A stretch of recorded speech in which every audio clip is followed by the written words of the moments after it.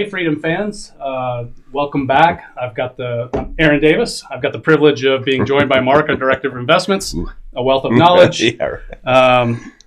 Mark is the guy that our investors go to talk about, hey, what's this product look like? You kind of lead our turnkey sales product, and that's an important set of answers that our investors are going to you to ask, right? So yeah, no worries. I mean, and believe me, I'm constantly reading articles and trying to stay up to date on trending because as I've mentioned in other podcasts and vlogs, that I am a realtor here in Dayton and Cincinnati, but again, sometimes the real estate world is not always the same with turnkey as it is as like your classic, for sale kind of house. That's so right. It's an investment product versus a home, right? Absolutely. I mean, they can't overlap, but they are two different things. Yeah, no worries. And so, I mean, I know that yourself, you have some investing. And so, sometimes I'm down in your office sitting here asking like, well, how does this feel? Because again, sometimes you have to put yourself in that position of like, how does the investor feel? Yeah. And so, that's right. So today's podcast, we're obviously talking about, should I invest right now? Yeah. Podcast number 40. Podcast number 40. Yes. An REI Real Talk, right? That's right. So, what we had talked on earlier, was, is now the right time to invest? Yeah. And we kind of had touched on, some of the things that like would make you think about is now the right time. And so we had talked things about rates.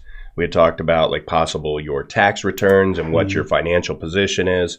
In some of the other episodes, we had also talked about like, so what are your goals? You know what I mean? And you had kind of touched on it earlier as well is, are you ready to jump in? I mean, and again, like what I was just referring to coming back to your office is that, that first time might be the scariest time for an investor. You know what I mean? So we may be talking to investors right now who have never done this. Everything right now is theoretical. They're listening to podcasts, they're reading books, reading articles, and a lot of it is theory. And so sometimes, it is that gut feeling, am I ready to jump in? Like, so when you did it, what made you decide to Yeah, what's funny is one of my first real estate investment decisions was kind of an accident. And it went really well, so I got lucky. It's always better to be lucky than good, but I learned along the way and got good, I guess. But I was literally in an auction experimenting with bidding at a sheriff's sale, and they took the first bid. Mine. I just thought I could bid and then sneak out after it got purchased. I was just trying to get over the nerves. I ended up with the best deal it's still the best deal I ever made in real estate. Like you were shaking the ink out of your pen or something? I stole that property, man. I think I made $20,000 without thinking about it. That's awesome. But I got lucky, and obviously that creates if you go out and golf and your first shot is a hole in one, you're not going to give that game up, right? So my first experience is probably not the best one. Now, my oldest son is 23, working a good job, making a good salary now, and thinking about how to, invest and prepare for life and that kind of thing. So getting into those money investing decisions. And one of the things I've advised him in terms of like timing and how aggressive he should be in getting into rentals, turnkey product, is that don't spend your last dollar on it. Sure. Right? So like he's in a financial position where it would be really easy for him to go all in. He doesn't have a lot of expenses yet. And so I've just cautioned him a little bit, like make sure you can afford a furnace that comes up or whatnot. Yeah, absolutely. You got to have that. A couple $1,000 set aside is smart. Don't spend your last under the dollar. Mattress money, if you will. Yeah. So I mean, you don't need to be a millionaire or anything. You don't have to have your retirement funded. This is a work in progress. But yeah, you want to have a little bit of cash set aside. Yeah, no, absolutely. That makes complete sense. I know that like when a lot of our investors are asking questions like, so what all is the process? You know what I mean? So again, for new investors that are watching this, the process is just like buying a regular house. Yeah. You know what I mean? You have to go and get pre-approved. You have to have down payment money. Sometimes it's 20%. Some banks require 25%. Again, talk to your lender. Shop rates too. You know what I mean? We had touched on that mortgage rates are, at an all-time low or very low. So you want to shop your rates, do your homework on that as well. Don't just do your homework on like the place you want to invest. Obviously, we can speak to Dayton and Cincinnati and how fantastic this market is, but do your homework. It is a great rental market. It is. It's unbelievable, and I know that like one of the things remind me to touch on later is that rent to value here in the Dayton Cincinnati. We'll touch on that in a sec because that's super important. Yeah. You know what I mean? It's super important and something to keep in mind, obviously, when we're thinking about where to invest first or next. And that really is the first question before the timing question comes up, right? And I mentioned it in the vlog that kind of led into this podcast. Warren Buffett's quote about when you're convinced that it's a game you want to be in, you know, the wrong move is to wait and pick the right time. Sure. When you're convinced it's a game you want to be in. So you've looked at the Dayton market, you talk to your lender, and you kind of know what your options are. Mm-hmm. You've thought about your cash position and your ability to make an investment like a rental turnkey product. So what are you doing waiting? Why would you wait 6 months or a year or try to figure out exactly the right time? In general, with some exceptions, I guess, the right time is when you're convinced it's a smart investment for the long term, right? Yeah, absolutely. And so, you know, going back to the process, it's, you know, know that you're ready to go, because it's not like a short thing. I mean, unless you're buying in cash, this is not a short process. So you're obviously going to talk to your lender. You're going to get pre-qualified knowing what you can afford. Yeah. Because, again, that's part of the talking to the lender is, and what you were referring to with your son is you don't want to stretch yourself too far. Yeah, that's right. You know, could you afford this payment? Sure. Right. You should not be empty. You shouldn't be cracking open your childhood piggy bank to scrape together the last dollar. Exactly. So like finding that comfortable payment and then knowing what you're shopping for. And so then once you make an offer on the house, then it's time to do some inspections. Then it's time to get an appraisal done. And then it's time to close on the house. And then property management gets it rented for you. And I mean, that's the process in a nutshell. But it's just like buying your primary residence, except for you're not living in it, you're renting it. And so the process, so if you're scared about jumping in, that is it. I mean, it's literally like buying your own home and somebody else is going to be living in it. Yeah. And so that's one of the things to keep in mind. And so then going back to the Dayton, Cincinnati market, so sometimes I talk to investors who have been doing their homework, and some of their major concerns are either cap rate or cash on cash rates. Yeah. Those matter, right? I mean, that's kind of a barometer for, you know, what's my cash flow going to be for the money I put in. Exactly. And then what we had touched on earlier was that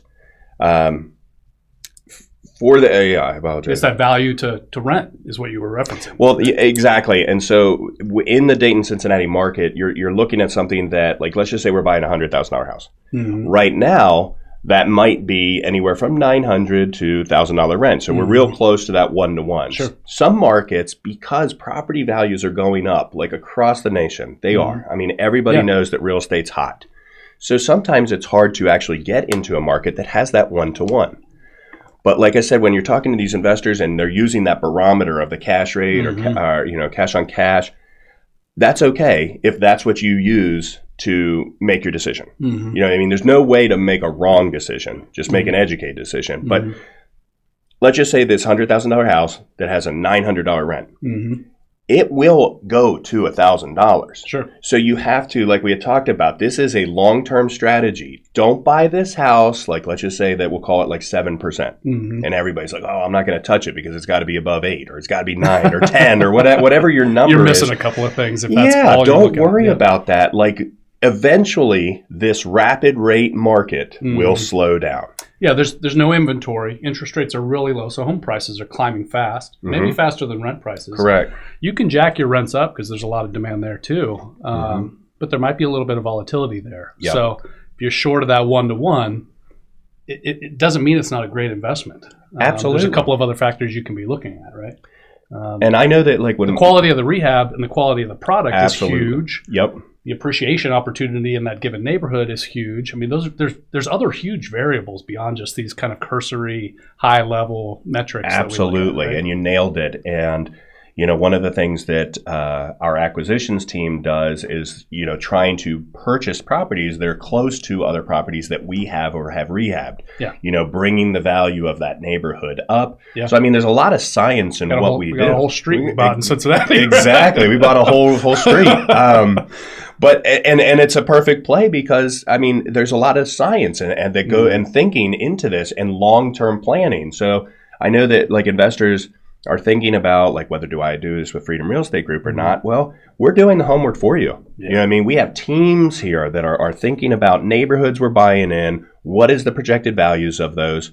Yeah. And again, on another episode, I think me and Flip talked about this one with the appraisers. Oh my gosh, I could go on for days about those guys, but don't worry about what the appraisal comes back at. The neighborhood's eventually... There's a lot of variance. Yeah, the neighborhood's going to go up. The rents are going to go up. If you're looking at a property right now and you're saying, like, should I pull the trigger on this or not? Like, A, can I afford it? B, what's the number right now? But what could the number be in 3 years? That's right. You know what I mean? If the neighborhood goes up a little bit. For most of us, 3 years is nothing. We're generally we're not acquiring volumes of doors when we're 3 years from retirement or something, right? For most of us, we're doing these things for long-term investments, right? So Absolutely. 3 years is nothing. So you're thinking in 3 years, and again, I'm going to go back to this $100,000 house. Let's just say it goes up to like 105, 110. Mm-hmm. You've paid that mortgage down quite a bit. Mm-hmm. You've got your cash reserves. The rent went from $900, and then the next year maybe the property manager went to $925 and $975, and now you're over $1,000. Sure. Look at that number then. What is that cash flow? Right. What's that worth to you? Right. How much real money do you have now when you go to refinance that house? Yeah. Pull that money out and purchase another property. Yeah. So, I mean, it is definitely a long-term strategy. I love this, you know what I mean? And so it's fun. You know what I mean? So when people are like, it is scary. It is scary. That first jump, I'm sure, is extremely scary. But once you're in it and you know what you're looking for, you're going to find out that, like, real estate investing is fun. It does make a lot of sense. When you talk about it being scary in your first jump, this is a little bit outside of our subject matter here.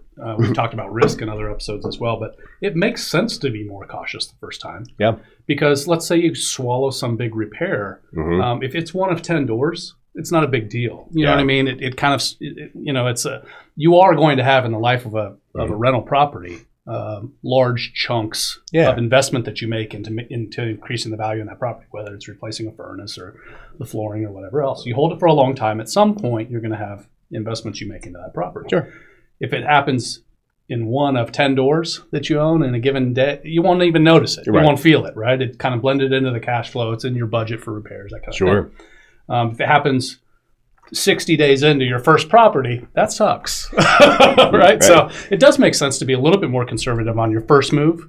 But when you've got a portfolio, even a small portfolio, and homeowners insurance, that's right. That's exactly right. Those risks are spread over mitigate that, right? That's right. Yeah. So anyway, you don't have to be as cautious when you've got a couple doors under your belt. Sure, no, absolutely. I don't want to minimize like the ease of it. By no means is it easy. So it is. It just keeps going back to that long-term view of it, right? Prepare for the long term. Yeah, absolutely. And so again, we've touched on it. You got to do your homework, with the area, and anybody is more than, please contact me. I will go over Dayton and Cincinnati ad nauseum with you on what I feel. I mean, I live here. I've lived here for a long time. So I know these markets. I've been practicing real estate in it for a long time. So, I mean, I can give you facts, figures, anything that will help you sleep good at night knowing that you're making that decision. Yeah.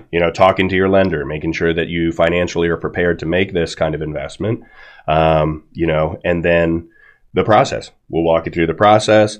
And then, of course, our property management team is awesome. Again, these guys are masters at what they do. They have over 500 doors. So we know these neighborhoods. We know these rent projections. Nobody's perfect, but we're pretty good. We're pretty good. We're pretty close. We're the best of the neighborhood. Yeah, absolutely. So, I mean, these are things, obviously, you take those things into consideration. You have your personal numbers about what makes you sleep good at night. And those you put those 5 things together. And I think, you can come up with your strategy. And maybe jump into like, I'm ready to invest. You know what I mean? Yeah. You mitigate that fear with some reason. And that's how we all make decisions, right? Like, I think every decision that you make is some sort of like backed by reason. Yeah. So we have a lot to offer in terms of being able to engage one-on-one with individual experts, yourself being the first call or whatever. We've got other investor relations folks who are helpful with other kinds of investments. Yeah, CJ's a smart cat. That's right. You get into turnkey, you're getting into rentals. There's no better first stop. And we've also got it's not too hard to get Chris, our director of property management, on the phone as well and kind of walk you through what's this neighborhood versus this neighborhood and what's this kind of rental experience going to be and how often am I going to turn a property over here versus there versus at this quality versus that quality.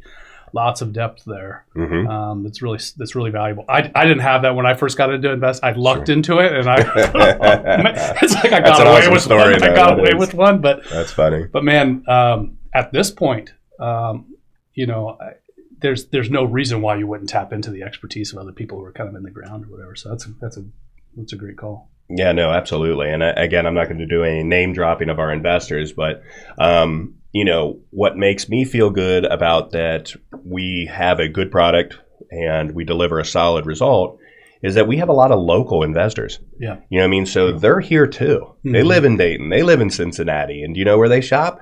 Right here, Freedom Real Estate Group. And they refer their friends right here at Freedom Real Estate Group because they've already done their homework on the neighborhoods. They know where they're at. They can drive to them.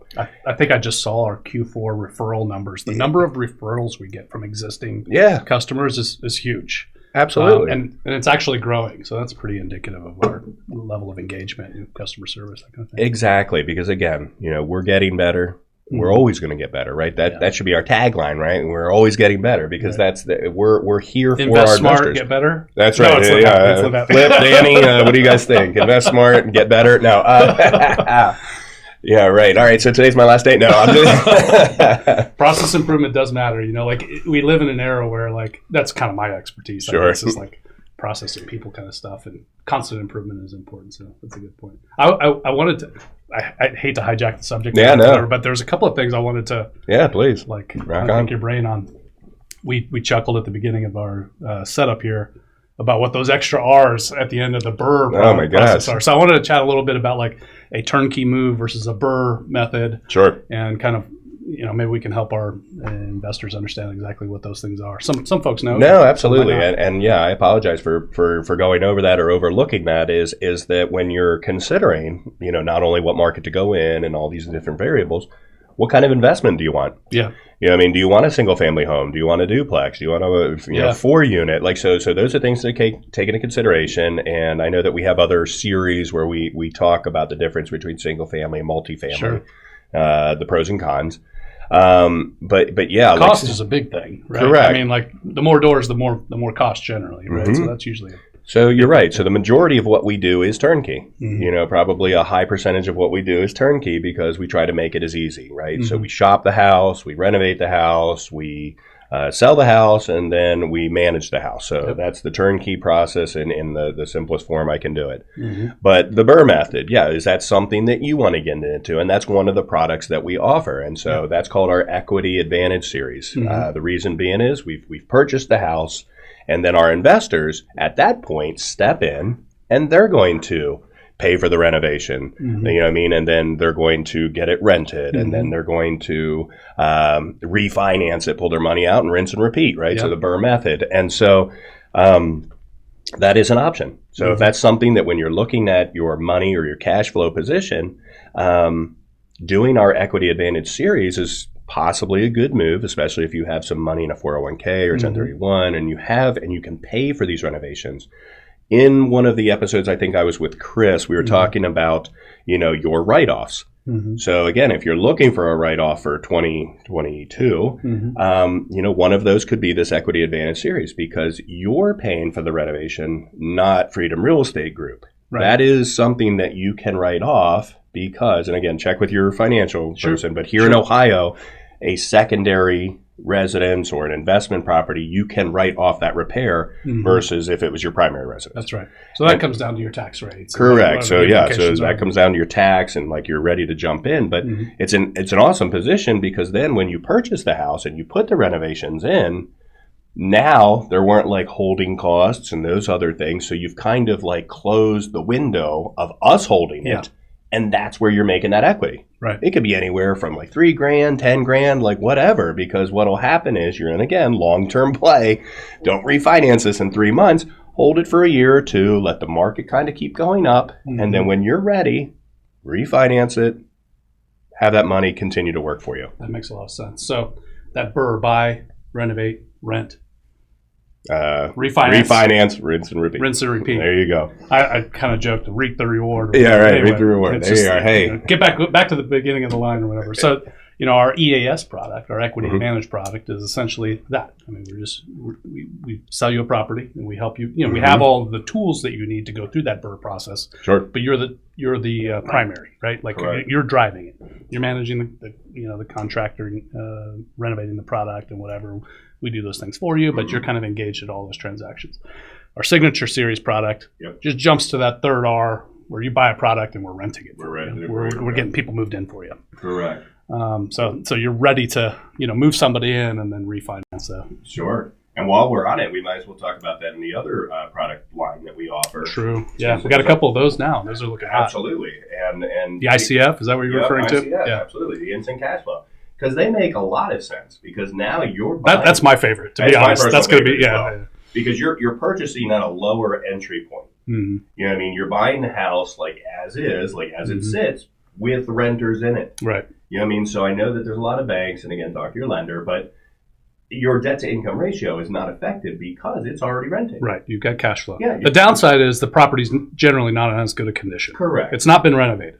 So in the back of your mind, you're going to drop some money into that place 6 months or 6 years down the line when tenants move out and you've got to put that thing, you got to market that thing again, right? Sure. So it kind of comes down to the quality of the tenants and how bad is the property. Yeah, right? Absolutely. And so some of the questions that investors should be asking, because again, this is a question I actually get from investors, is like, have I asked everything I should ask? Right. Sure. Well, here's one of the questions you want to ask. In those instant cash flow properties, so we've acquired them with tenants in it, how long have the tenants been in it? Mm-hmm. You know what I mean? If you have a person who's been in there 5-10 years, they're not going anywhere. So, I mean, the condition of the property, you might still have to tune up the furnace. You might you're a landlord. So, I mean, you still got to make it habitable. Right. You know what I mean? So, there are some fixes that you have to do. So, yes, be cautious of, like, having some of that under the mattress money for a rainy day. Yeah, but you've got to have a little set aside if you're doing an instant cash flow property. You just know there's some hidden problems there. Not even for the renovation. Just some rainy day, what happens if. Again, home warranty, you know what I mean? Like home insurance, like get these things, to make sure that you're covered. But, so for the instant cash flow, how long have they been there? If they've been there 5 years, do they pay on time? What is it? Right. When's the last time the rent was raised? Yeah. Could I gradually, every 25, $50 a month, for the next year or two, push that rent up to market. Exactly. While you're you get pushed back and they say, hey, but okay, well, we'll put the carpet in, right? I love the variable that you get to mess with there. You get to have a relationship with a person and make decisions about what you invest in. And it gives you more opportunity. This is my view on it, why I'm comfortable with it. It gives me more opportunities to negotiate a good ROI on my improvements to the property. Right. So like what's important to that tenant? I've got an existing customer who's saying like, hey, this window in the garage that's broken or whatever would mean, okay, cool. Right. We're throwing $500 into that property or whatever else. And you're buying longevity and loyalty. And so it's a lot cheaper than I've got a property. I got to tear it all apart and put it all together. Now it's perfect and pretty and I can get top market rent. Sure. So anyway, it's just gives you more variables to mess with when grabbing the best return on your investment. Absolutely. And I'm glad that you touched on that because that makes me think then so that when you do purchase a property that's like that, you also then can, using your word, the variables of like what you want to do in the event that person moves out. You know what I mean? Like for the Signature Series, obviously it's our top line product. Most of the time we're going to be new roof, new furnace, new hot water heater, everything's new, flooring, to ceiling and everything in between. And we're trying to get to that 80th percentile in rent, market value of the rent or whatever. Out of the gates, exactly. So that is going to be top of the market. The after renovation value is already there and set. Whereas if I buy an instant cash flow, let's just say, for argument's sake, $100,000. Let's go back to the $100,000 property, right? So $100,000, it's cash flowing. You're making your money, no problems. Tenant moves out. Let's just say that we know that house could be worth $150 done Signature Series style. It doesn't mean that you have to do that. Right. You can go in, put some new flooring. Right. Put a $10,000 renovation into it. Touch up the cabinets, the kitchen. Give it a $10,000 makeover. Yeah. Raise the rent. Right. It doesn't have to be the top percentile. It doesn't have to be highest of the market. Correct. Yeah, you get to mess with that. How much do I want to put in versus how much do I expect to get out kind of thing. Absolutely. So one of those questions that, the investors maybe should be asking is, because we will give, when we send out our numbers, when our marketing department sends out the numbers, they will show what our Signature Series will cost. If you want to, but it doesn't necessarily mean that is what is good for you or what you need to do. You don't have to. Right. So you have that ability to say, right now I can only afford a $10,000 makeover. Yeah. Okay. I like the idea of jumping into. Here's why I love it. One of the reasons I love the instant cash flow approach. Buying a property that's, let's say it's a duplex, you got two tenants in there. One's been there for a year, the other's been there for 6 years. 6-year tenants, been late 3 times. Okay, who cares? It's 6 years. I do care, but I mean, 3 times over 6 years, I can live with that. The new tenants paying on time, so you got good tenants in a property, and both properties need renovated. One's worse than the other, right? Yep. So if I can look at, in our product, for instance, I can look at what our renovations group has said it's going to cost to bring these up to the top of the market quality, right? Yep. If I can look at that, I know I don't have to have that cash sitting there, but I have to have a plan in the back of my head for if I want to bring that property up to that quality, right? So, something's fairly liquid or whatever. I know if I need to drop that $30,000 into that product or whatever to kind of bring it up to that level, I can, right? That's what I love about it, because you're making you have an opportunity to win a different way, as opposed to just highest quality product to get the highest quality rent.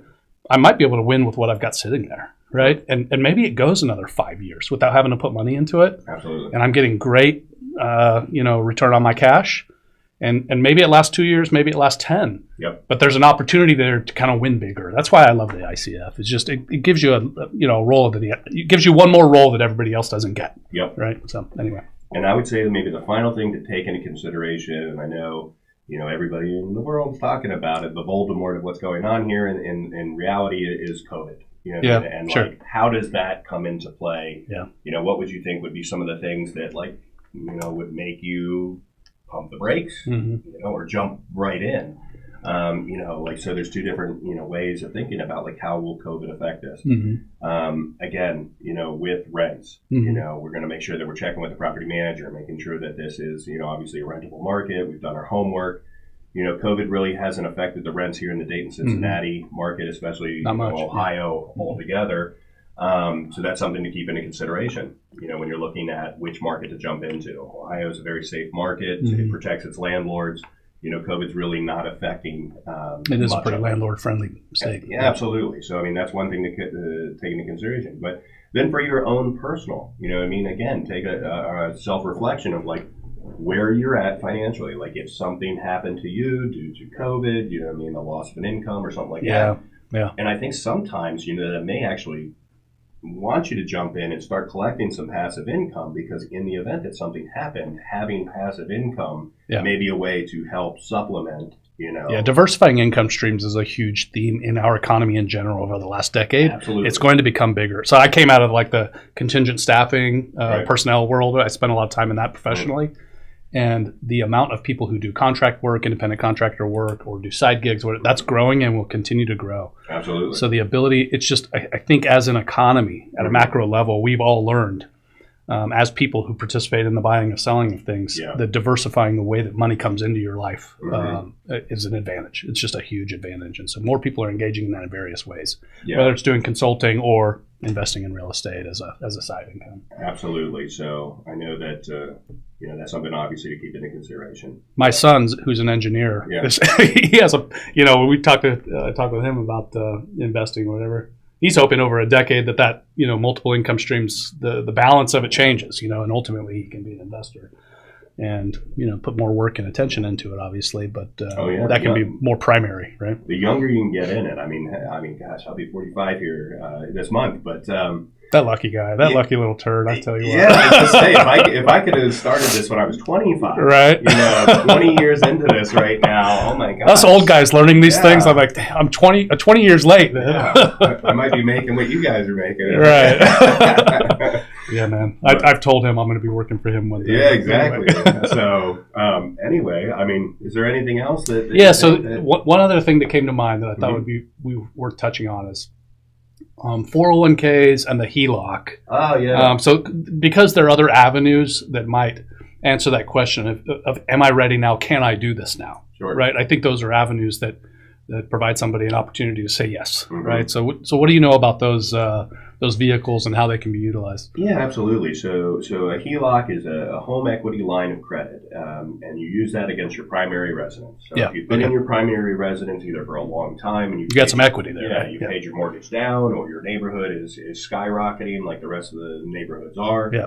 A HELOC might be a good opportunity for you to take out that equity of your house, It's a fairly quick and simple. I mean, of course, you're going to have an appraisal of your house. Different banks have different rates, but let's just say the general rule of thumb is you're probably going to be able to borrow, 70, 80% of the equity you have in your house. Okay. You know what I mean? Of the equity. So let's just say you have a $300,000 house and you owe $150, so you have $150,000 of equity. You'd be able to borrow 70 to 80% of that $150. Sure. So let's say you pull out 100. Yeah, because you don't have to use it. Yeah, don't use the whole HELOC. So now you say you pull out 20, right? And then you go 20% into $100,000. Exactly. And what it is like a long-term credit card. Mm-hmm. So most of them, again, check with your bank to make sure. But let's just say a typical one, let's call it 15 years, right? So for 15 years, I have that $20,000 credit card.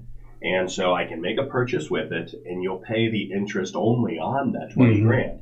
So you could be making some cash flow, and you're slowly starting to pay this HELOC back. If you refinance that house in 2-3 years. Your investment property. Correct. Your investment property, refinance your house, pay that 20 grand back, and then use it again. Typically, the rates are a lot lower as well. Yeah. So the HELOC is definitely a way for you to get in. So when we're talking about our high level, is now the time to invest? Right. Take a look at all the way you can get money. Right. So for 15 years, you've been paying down your mortgage and putting all of your disposable income into your 401k and your IRA, and you don't necessarily want to disrupt it or whatever. That HELOC is a great avenue. Yeah, absolutely. Take a couple months, pay down the principal of your house. You know what I mean? Do things like that so that, say, maybe you're not ready to do it now, but you're like, okay, I'll tell you what, I am definitely getting to a house by July or August. Yeah. Great. Start making the moves now. Start paying down that principal. Yeah. You know what I mean? So that you can borrow more money. Yeah. There's just so many avenues to get money right now. I mean, literally, just contact your local bank. We have a list of lenders. Reach out to me. We have a list of lenders that we work with. It's not that we have any ties to them. It's that we know that they deliver a great product for our investors, or we wouldn't refer them. Yeah, that's exactly right. They're people that we've had good experiences. Our investors have had good experiences with them. So, excellent point. HELOC is definitely a great position that you can use. And it's safe. Yeah. It's safe because you have plenty of time to pay it back, number one. Number two, you're borrowing it against your primary residence that you've already established that equity, which will continue to grow. Yeah. So it's not going anywhere. It's pretty safe. Yeah, it's nice. I'm not saying that there's no risk. Yeah, everybody's situation is unique, but it's a good avenue to vet.